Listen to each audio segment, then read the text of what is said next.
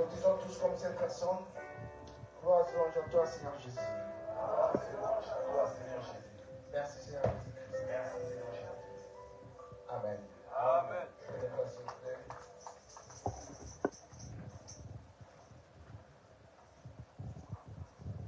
Shalom, l'église. Est-ce qu'on est là? Je demanderai à tout le monde de se savourer les uns les autres. C'est la personne qui est à côté de vous, qui dit que non, vous êtes des champions, vous êtes des champions. Vous appartenez dans la classe des vainqueurs.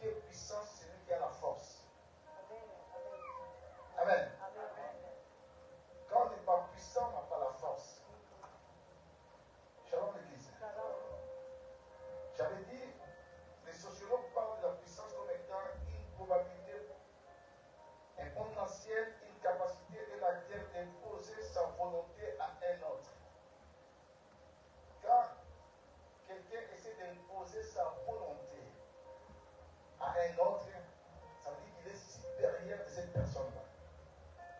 Vous savez, dans le monde, nous sommes dans un rapport d'un dominé et un dominant. C'est ça le rapport que le monde subit. Il y a toujours celui qui domine et il y a toujours celui qui est sous l'autorité de la domination. Et là, c'est à toi de te poser la question. Qui est la chose qui est en train de dominer ta vie? Ah, si cette chose-là domine ta vie, ça veut dire que quelque part, tes relations avec Dieu ne sont pas bonnes. Parce que Dieu est puissant. Tout le monde qui s'accroche de Dieu, et il doit investir, il doit s'incarner la puissance.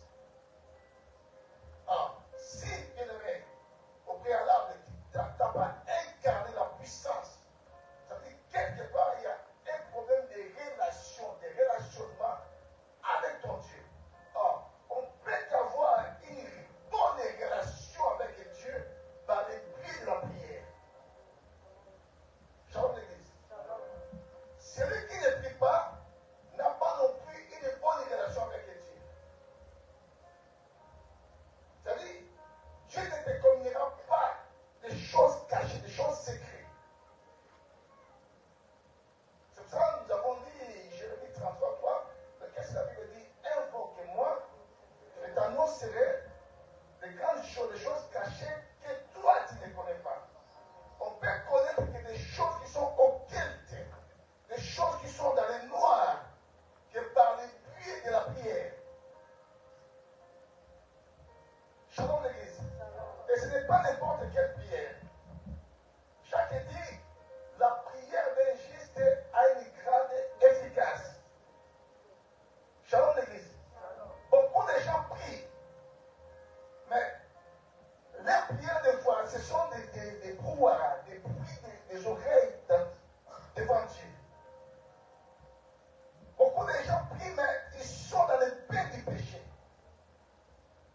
Alors, Dieu n'écoute pas la prière d'un péché. Shalom l'église. Bien-aimé, tu peux faire des sacrifices et des sacrifices. Aussi longtemps que tu y es dans les péchés, tu auras du mal à être exaucé dans ta vie. Je me souviens quand j'étais intercesseur, je suis toujours intercesseur. À cette époque-là, j'étais intercesseur. Notre dirigeant nous disait qu'il y avait une sœur qui priait beaucoup à l'intercession à cette époque-là. C'était dans les années 92. Elle était fervente dans la prière, mais elle formulait une prière qui n'était pas bonne devant Dieu. Comme à l'époque, elle avait besoin d'un mari, et elle demandait à Dieu pour que Dieu la donne comme époux Michael Jackson. Vous imaginez? Et de telles prières-là, mais Dieu ne peut pas exaucer de telles prières-là.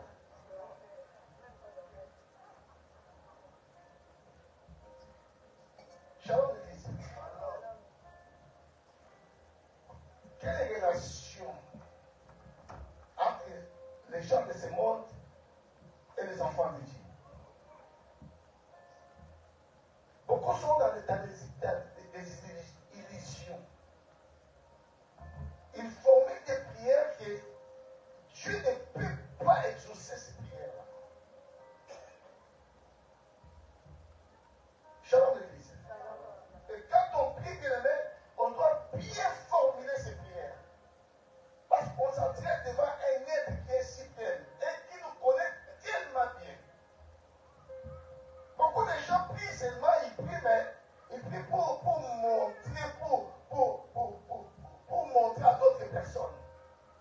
Il veut que Dieu l'assiste, Dieu la bénisse pour se faire voir.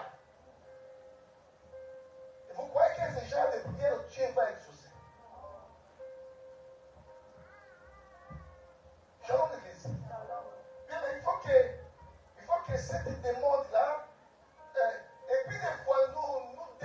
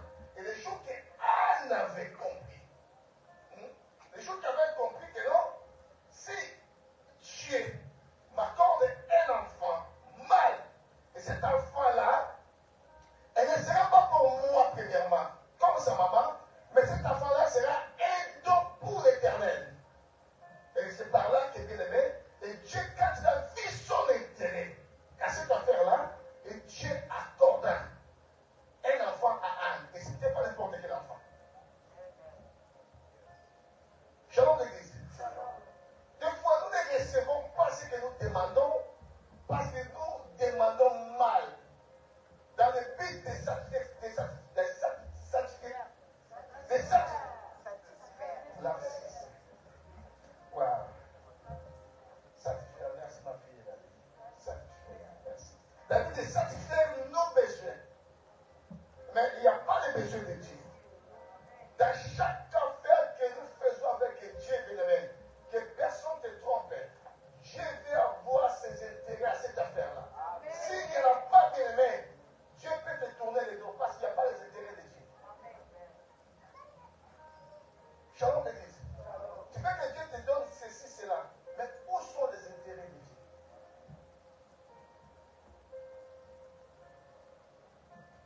Amen. Si nous voyons que David est arrivé à tel point que Dieu va dire à David, un homme selon mon cœur. Parce qu'en David, il y avait des intérêts de Dieu. Dieu voyait ses intérêts à David. Aussi longtemps que dans tes prières, il n'y a pas les intérêts de Dieu, bien aimé.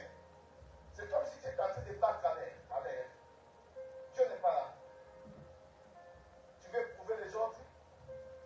Tu veux te la péter. Se faire voir que non, tu es quelqu'un que Dieu a béni. Bien aimé, Dieu lui-même va commencer à te résister. Parce que la Bible dit, Dieu résiste aux orgueilleux. Shalom. Premièrement, il faut enlever tes galons. Tu as beaucoup de galons. Déjà dans le niveau où tu n'as pas, mais tout le monde te voit comme ça. Et le jour que tu vas en avoir, comment ça sera? Tu peux commencer à appeler les gens comme les gens de l'idée, comme dans la forme par le Nyama. Bien, mais si vous voyez la vie des chrétiens à l'extérieur, vous allez vous poser des questions. Est-ce que réellement cette personne-là, il prie? La vie de l'extérieur, ça correspond pas du tout à la vie quand nous venons à l'église. Tout le monde à l'église devient un mot centre, comme ça se dit à Lingala. Un saint. L'autre fois, il y avait quelqu'un, quand on avait pris cette salle-là, parce qu'avant c'était la salle de Bima. J'avais vu un vieux qui ne savait pas prier à Bima. Et il ne savait pas que non, Bima n'était plus là. C'était maintenant nous qui avons pris cette salle-là. C'est un grand toxicomane. C'était moi qui prêchais. Quand il est entré dans l'église, la première chose qu'il a fait comme ça. Il s'est achevé, il a fait comme ça. À ces attitudes-là, c'était un saint. Après qu'il s'assoit là. Mais à l'extérieur, c'était un grand toxicomane. Il veut montrer d'autres attitudes dans l'église, hein? Mais sa vie ne reflète pas cette attitude-là. Parce que Dieu veut voir ta vie. L'intégrité de ton cœur, parce que Dieu sonde le cœur et le rein. Il connaît les choses qui vont se passer, les choses au préalable qui nous allons vivre en 2025, 2026. Dieu sait. Il sait que si on te donne $1 million, aimer les gens pour toi, ça sera des niams. Dieu sait. C'est pour cela, bien aimé, commence déjà à bien recadrer ton cœur. Moi, je fais toujours cette prière-là. Crée à moi un cœur pur. Sois ton cœur. Il y a la méchanceté dans ton cœur.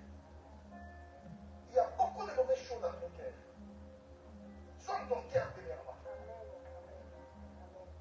Et après, pour que Dieu t'accorde ceci ou cela, que Dieu t'accordera. Shalom l'église. Parce qu'à l'avant, c'était pour faire voir à sa rivale que non, moi aussi j'existe. Tes mortifications, tes humiliations étaient tellement énormes, tu ne me laissais pas en paix.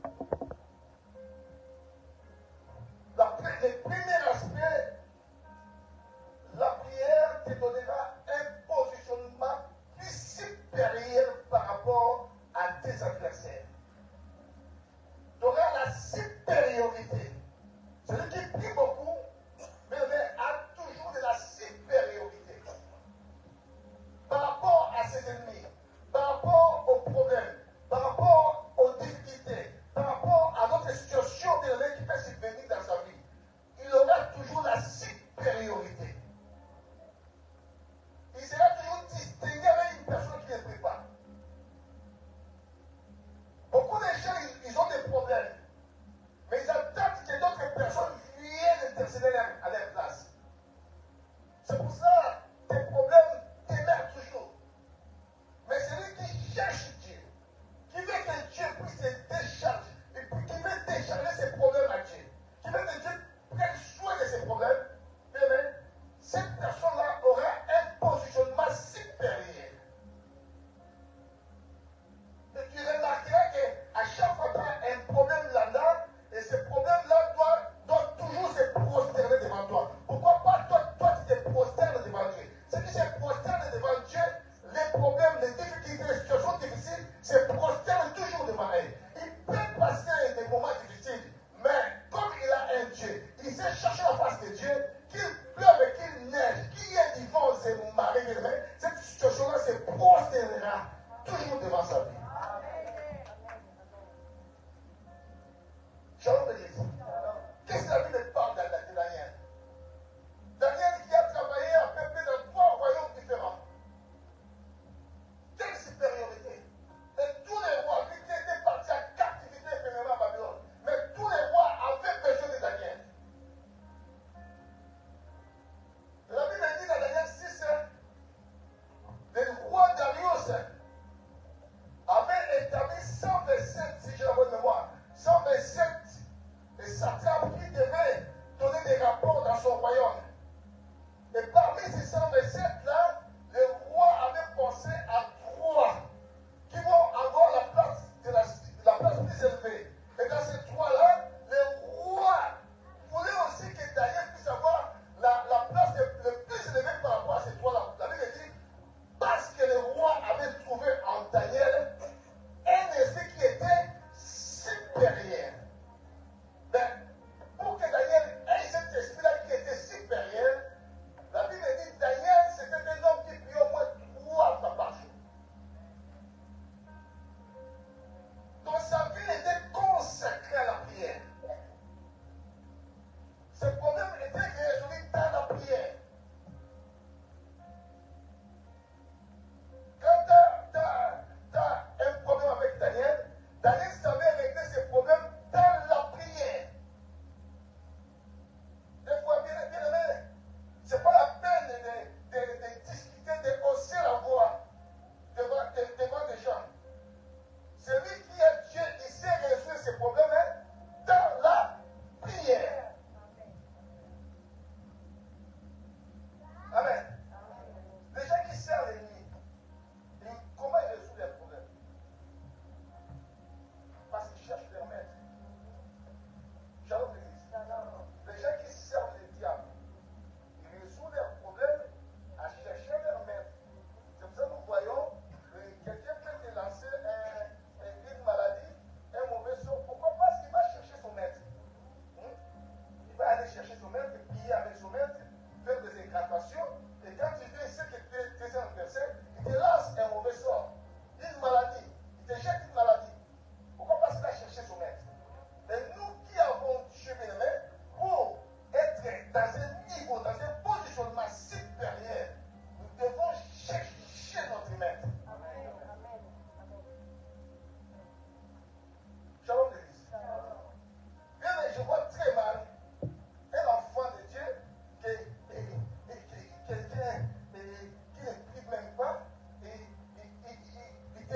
il te rend mal à l'aise durant tout au long de ta vie. Non, non, bien aimé. Où tu as un Dieu, où tu ne l'as pas. La chose est claire. Celui qui a un Dieu, il sait se prosterner devant son Dieu. Il sait pleurer devant son Dieu. Parce que qu'est-ce que la Bible dit? La Bible dit, il est le rémunérateur de ceux qui le cherchent. Amen. Si je cherche mon Dieu par rapport à une situation là-dedans, bien aimé, mon Dieu, il est le rémunérateur. Dieu paye, Dieu récompense. Dieu est là pour résoudre ma situation. Alors si je ne vois pas la main par rapport à cette situation-là, ça veut dire qu'il y a un souci. Et ce souci-là, c'est pas par rapport à Dieu. C'est par rapport à toi. Dis-toi que Dieu a toujours eu raison. Amen. Et qui est la chose qui te bloque? Des fois dans la vie, bien aimé, il faut commencer à te poser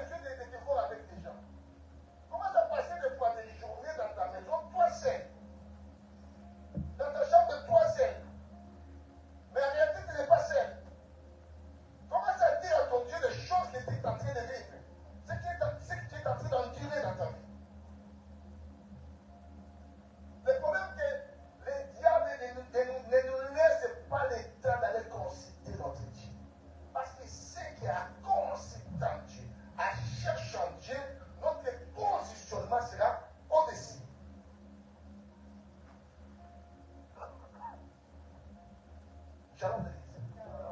Il faut chercher Dieu, voilà. La prière, c'est un arsenal de guerre.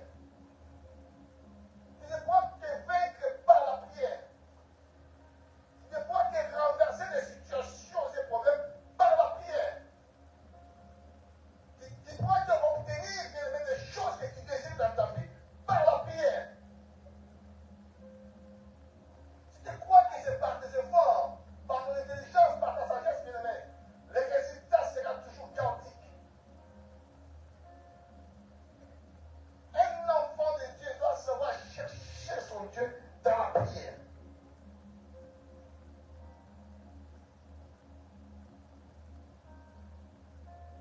Et tu ne peux jamais déclarer être vaincu. Même si la situation semble être à ton défaveur. Même si la justice ne veut pas t'octroyer quoi que ce soit, bien-aimé, ne te déclare pas vaincu. C'est que Dieu n'a pas déclaré vaincu. Tu dois encore chercher ton Dieu. Vous savez, dans le vocabulaire de mon Dieu, le mot impossible, ça n'existe pas. Shalom l'église.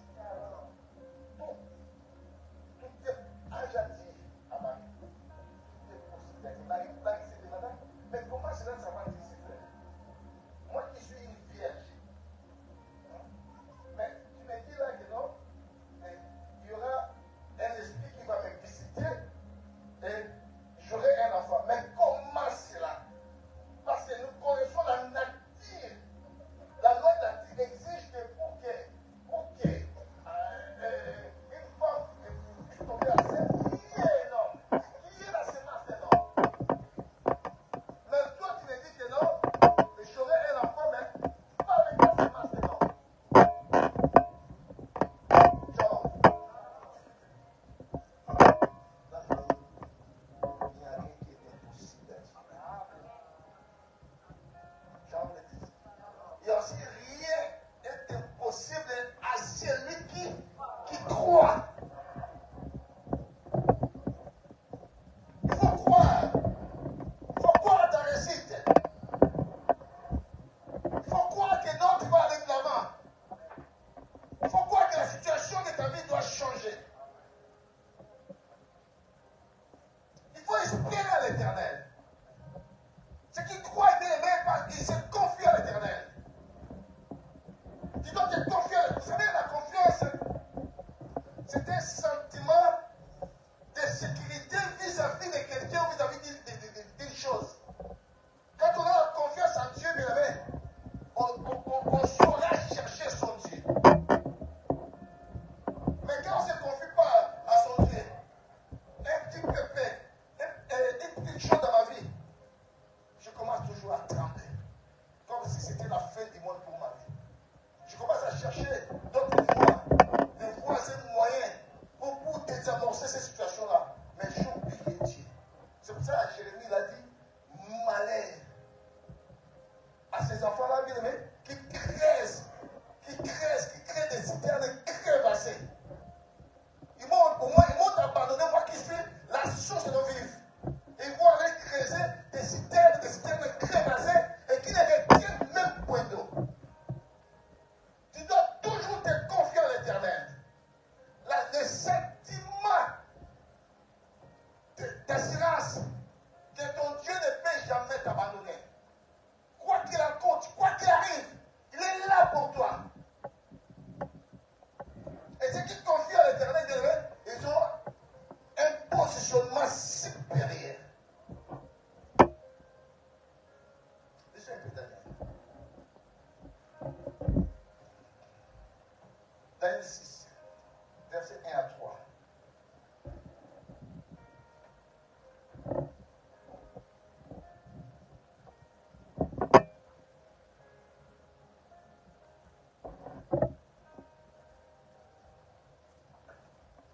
Nous allons lire Daniel 6, Psaume 34, verset 6.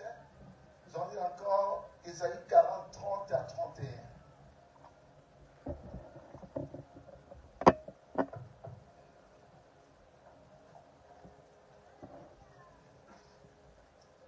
qu'on peut honorer la belle parole du Seigneur, s'il vous plaît?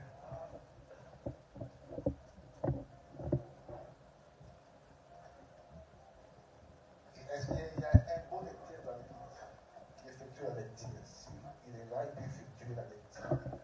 S'il n'est pas là, moi, je pouvais le faire. Vas-y, vous pouvez étudier. Daniel chapitre 6, j'aimerais qu'il y ait de l'engouement à l'église. Il faut qu'il y ait de l'ambiance. Nous sommes venus célébrer un nom. Shalom. Ce n'est pas le nom des princes. On est venu célébrer le nom de Jésus-Christ. Amen. Quand on veut célébrer Jésus, il faut qu'il y ait de la motivation, de l'engouement. Mais cette parole va révolutionner la vie des personnes. Vas-y. Daniel chapitre 6, verset 1 à 3, nous lisons la parole de Dieu. Amen. Darius trouva bon d'établir sur le royaume 120 satrapes qui devaient être dans tout le royaume. Il mit à leur tête trois chefs, au nombre desquels était Daniel, afin que ces satrapes leur rendent compte, et que le roi ne souffre aucun dommage. Daniel surpassait le chef et le satrape parce qu'il y avait en lui un esprit supérieur, et le roi pensait à l'établir sur tout le royaume. Écoutez ce qu'il avait dit. Daniel surpassé. Hein? Surpassé. Ça veut dire que Daniel était au-dessus. Shalom. Il était au-dessus de tous les chefs, de tous les satrapes. Comme il était au-dessus, et le roi pensait à l'établir sur tous les royaumes. Comme étant, après le roi, c'est Daniel. Vous avez déjà vu? Dans une terre étrangère. L'autre passage, s'il vous plaît.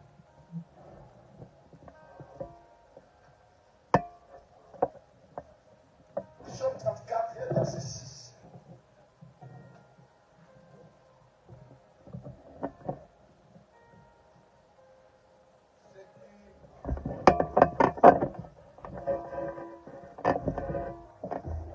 Psaume chapitre 34, verset 6e. Nous lisons au nom de Jésus-Christ. Ceux qui regardent vers lui sont radieux, et leur visage n'a pas à rougir. Quand un pauvre crie, le Seigneur entend, et il le sauve de toutes ses détresses. Je verrai qu'il y ait une autre version. Lui, c'est bon, c'est un français un peu courant par rapport au français de notre pasteur. Je lis dans la version du Sermon, 34, verset 6. La Bible nous dit, quand on tourne vers lui les regards, J'aime ça, j'aime cette version-là. Quand on tourne vers lui les regards, on est rayonné de joie. on est rayonné de quoi? De joie. Ah, bien aimé. Si tu veux être rayonné de joie, il faut tourner tes regards à quelqu'un. Continue. Et le visage ne se couvre pas. Non, bien aimé, ton visage à aucun cas sera couvert de la honte. Jamais. David dit, j'étais jeune, j'ai vieilli, je n'ai jamais vu. Ça n'existe pas. Ça ne peut pas exister.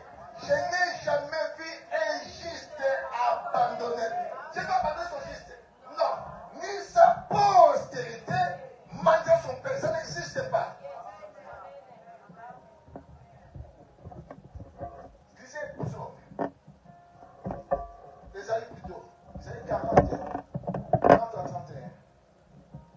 Les adolescents se fatiguent et se lassent.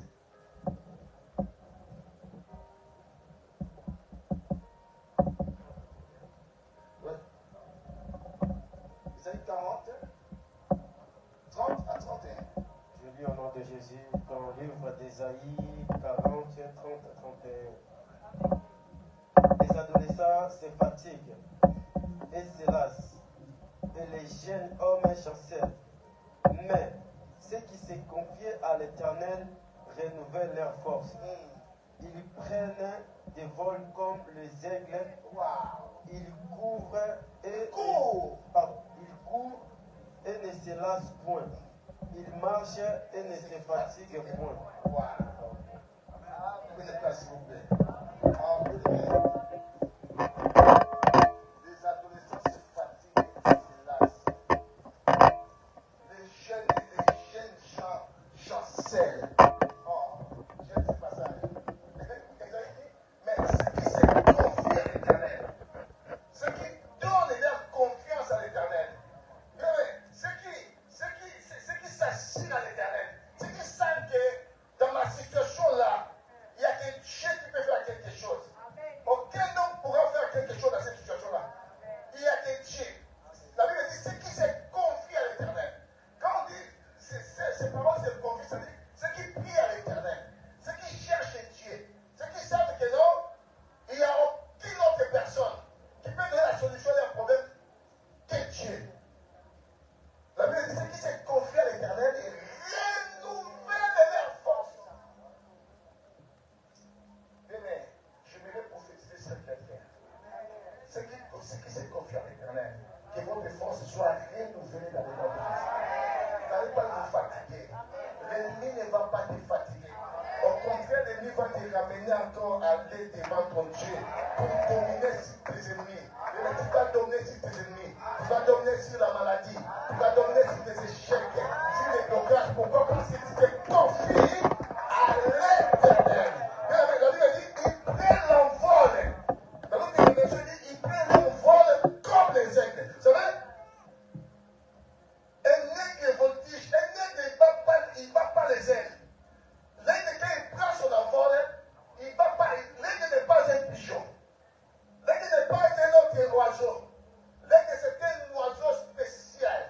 L'aigle prend l'envol. Vous savez comment l'avion vole? C'est comme ça que l'aigle, quand il prend son envol, l'aigle ne bat pas les ailes pour s'envoler. Il va directement comme ça. Et la Bible dit, ils prennent l'envol, ils prennent le vol comme un aigle. Mais tes ennemis vont te voir déjà en haut. Tu seras déjà en haut. Tu n'es pas celui d'en bas, tu seras en haut. Pourquoi tu te confies à l'Éternel? Malgré leurs pièges, malgré leurs guet-apens, malgré leurs fétiches, malgré ce qu'ils sont en train de conspirer contre toi, ils croient qu'ils t'ont eu bien, mais tu vas prendre l'envol comme un aigle. Tu vas aller en haut. Ta place est en haut. La Bible dit, nous sommes bénis toutes les bénédictions. Toutes les bénédictions quoi? Dans les lieux. Nous sommes des gens d'en haut. Nous ne sommes pas des gens d'en bas. C'est pour ça que la Bible dit, nous sommes une ville située sur une haute montagne. Amen. Il faut que les gens qui veulent te faire du mal te voient en haut, te regardent en haut. Amen. Si dans ta maison, les sociaux, la petite, te pénétrer bien aimé parce qu'il y a un souci dans ta vie. Le problème, ce ne sont pas les sorciers, le problème, c'est toi. Amen. C'est pour ça qu'il faut essayer de faire un kill-down comment ça se dit? Un kill-down personnel. Comment dans ma maison, les sorciers pénètrent? Comment dans ma maison, cette situation-là, cette maladie-là? Non. Dans la maison d'un enfant de Dieu bien-aimé, quand quelqu'un entre pour faire ces mystiques-là bien-aimé, soit il meurt, soit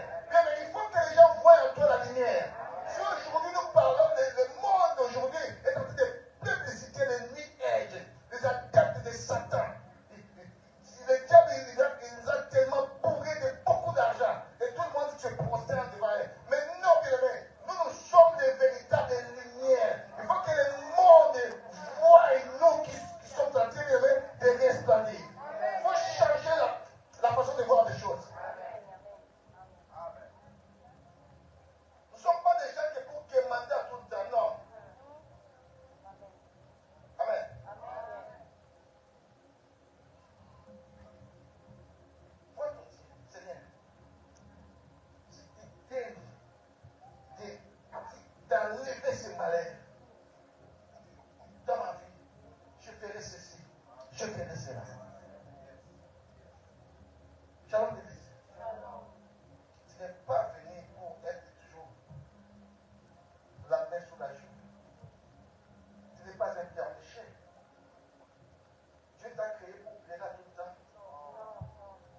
Et tu trouves ça normal. Les années passent, ça se succède, les unes les autres. Tu vis toujours la routine. Et tu trouves ça normal. Chef, c'est lui qui a créé les cieux et la terre. La Bible dit, par sa puissance, il a créé la terre. Par son intelligence, il a étendu les cieux. Par sa sagesse, il a connu ce monde. Dieu est puissant, toi aussi tu dois être puissant. Amen. C'est pour ça que la Bible dit, il ordonne que toi tu sois puissant. Ton positionnement doit être élevé.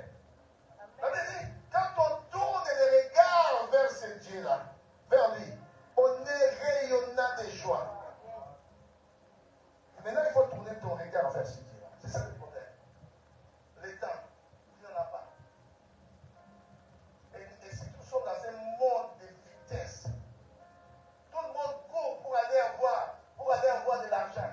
Mais tu peux avoir 2 000, 3 000, la fin du mois. Les poches doivent être encore de nouveau perforées.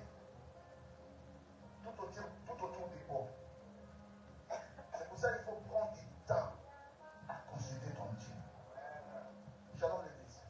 Mais pourquoi je gagne bien, mais mes poches sont toujours perforées?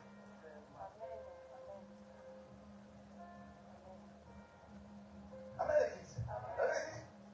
C'est qu'ils tournent les regards vers lui. Ils sont rayonnants de joie. Et les visages ne seront point couverts de la honte. Je vais appeler quelqu'un, je vais programmer quelqu'un et son visage sera couvert de la honte. Jamais. Où nous ne servons pas le véritable Dieu. Où il n'y a que des blabla en nous, bien aimés. Celui qui cherche Dieu dans ses prières, des fois il prend 3 heures, des fois il prend la nuit là, tout le monde est en train de ronfler. Lui se lève, il est en train de consulter Dieu. En vrai, va faire des maraboutages. Et sa vie va rester la même. Non! J'ai seulement une petite prière. Il dit à son Dieu, si tu t'aides, il va me garder cette misère. Ce malheur. La Bible dit, et Dieu exauça Jaïbeth. Et il accorda ce qu'avait désiré Jaïbeth. Il avait enlevé le malheur de la vie de Jaïbeth. Et toi, tu les consultes jour et nuit. Et ton positionnement va toujours être en bas. Et tu marches la tête basse. Non. Ceux qui prient, ceux qui consultent l'Éternel, ils doivent marcher la tête haute. Ce sont les gens d'en haut. Ton positionnement doit changer.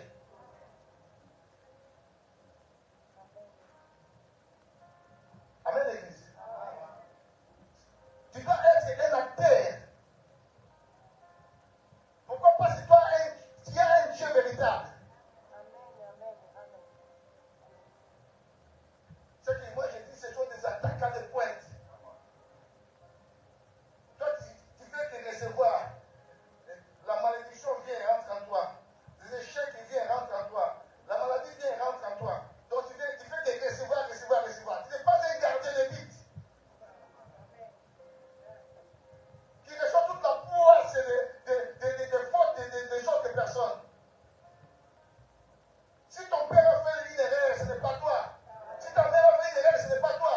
Si tes frères et sœurs ont fait des erreurs, ce n'est pas toi. Ce n'est pas toi à remplacer les erreurs d'autres personnes.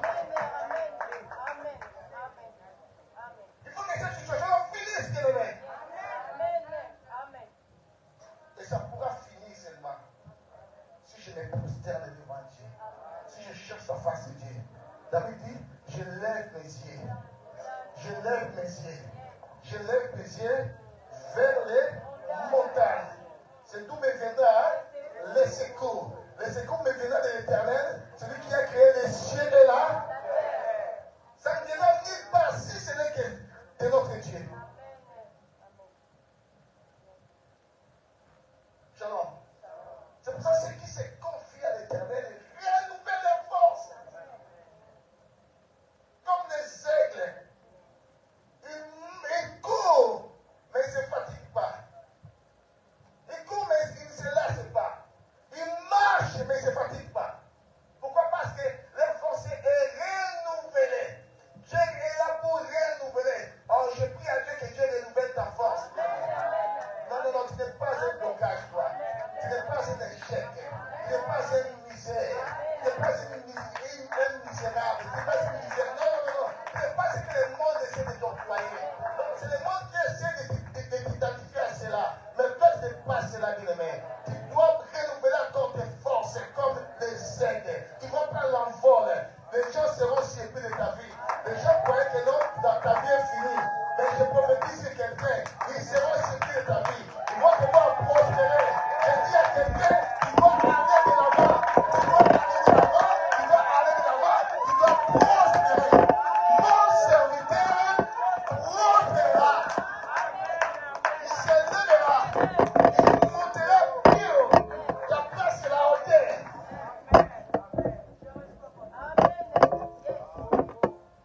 La prière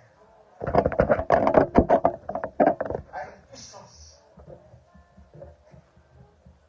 Vous voyez quelqu'un, même qui s'est fait mordre par une vipère, mais il n'est pas mort. Ça ne vous étonne pas.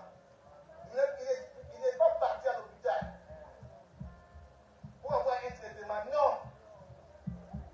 Les gens tout autour de lui, les barbares disaient non, cet homme va mourir. S'il a échappé au chavirage du bateau, parce que c'est un homme méchant. Il doit mourir maintenant. La vipère l'a mordu. Ils ont commencé à compter les heures. 10 minutes, 30 minutes, 40 minutes, 50 minutes, 1 heure, 2 heures. Ils ont changé de langage. Ils ont dit, cet homme certainement c'était Dieu. Pourquoi nous ne devons pas arriver dans cette dimension-là? Parce que nous avons écouté notre temps de consulter Dieu. Nous prenons beaucoup de temps, surtout, à regarder nos téléphones. Aujourd'hui, le téléphone, c'est une manière, bien que Dieu utilise aussi le téléphone pour que l'évangile soit propagé, mais c'est une manière que le diable a mise en place pour détruire beaucoup de vies humaines.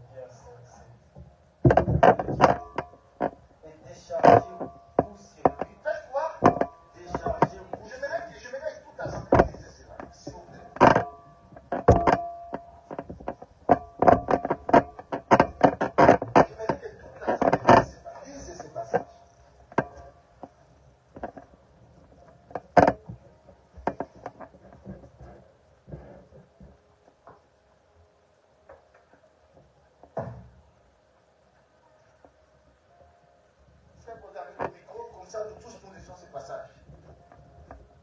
Nous lisons dans le livre de 1 Pierre chapitre 5 verset 7, nous lisons au nom de Jésus.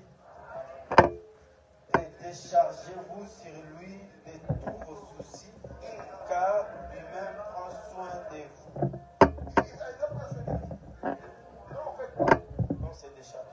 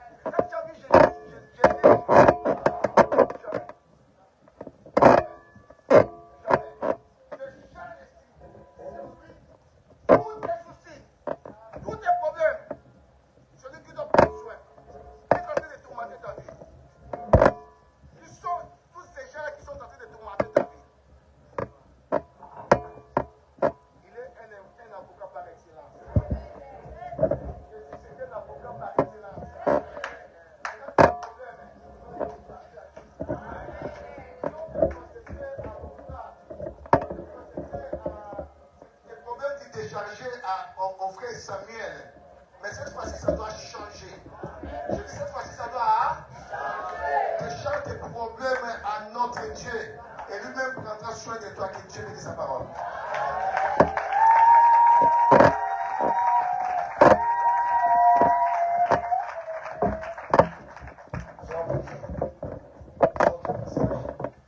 Les autres passages. Ici, les événements encore.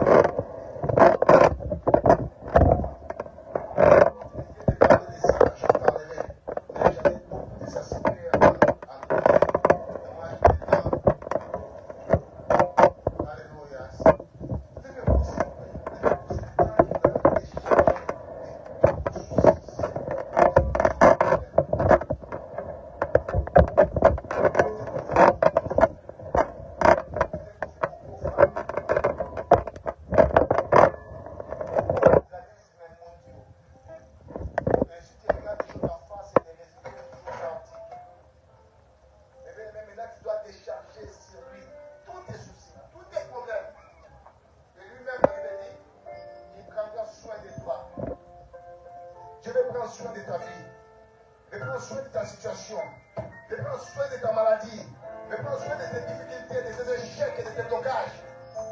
changer de choses. Mais si seulement il y a une condition, si seulement tu décharges sur lui tous les problèmes.